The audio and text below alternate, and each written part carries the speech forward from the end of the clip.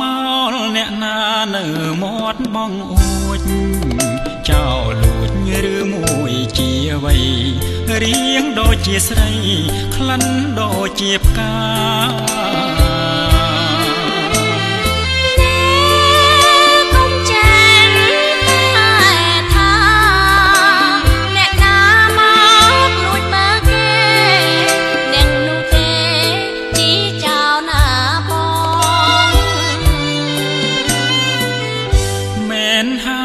ចោលបងគឺចោលលួចចិត្តលួចស្នេហ៍អូនមួយជីវិតសូមកែវអាណិតសូមកែវមេត្តា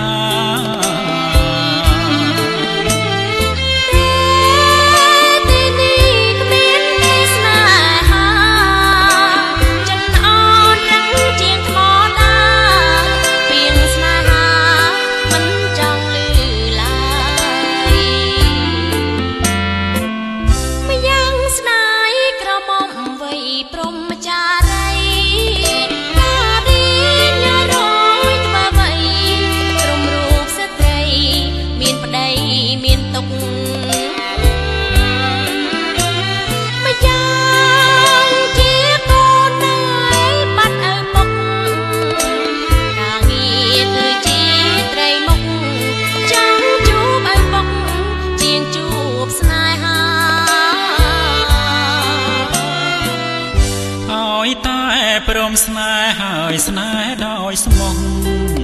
ទ្រូងបង5ហាត់មើលចុះបងពិតជាប្រុងសណ្ដងភរិយា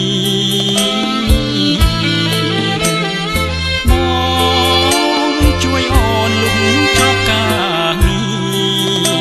រឥឡូវសូមតែវាចាមួយម៉ាត់មកថាមេត្តាបងទេ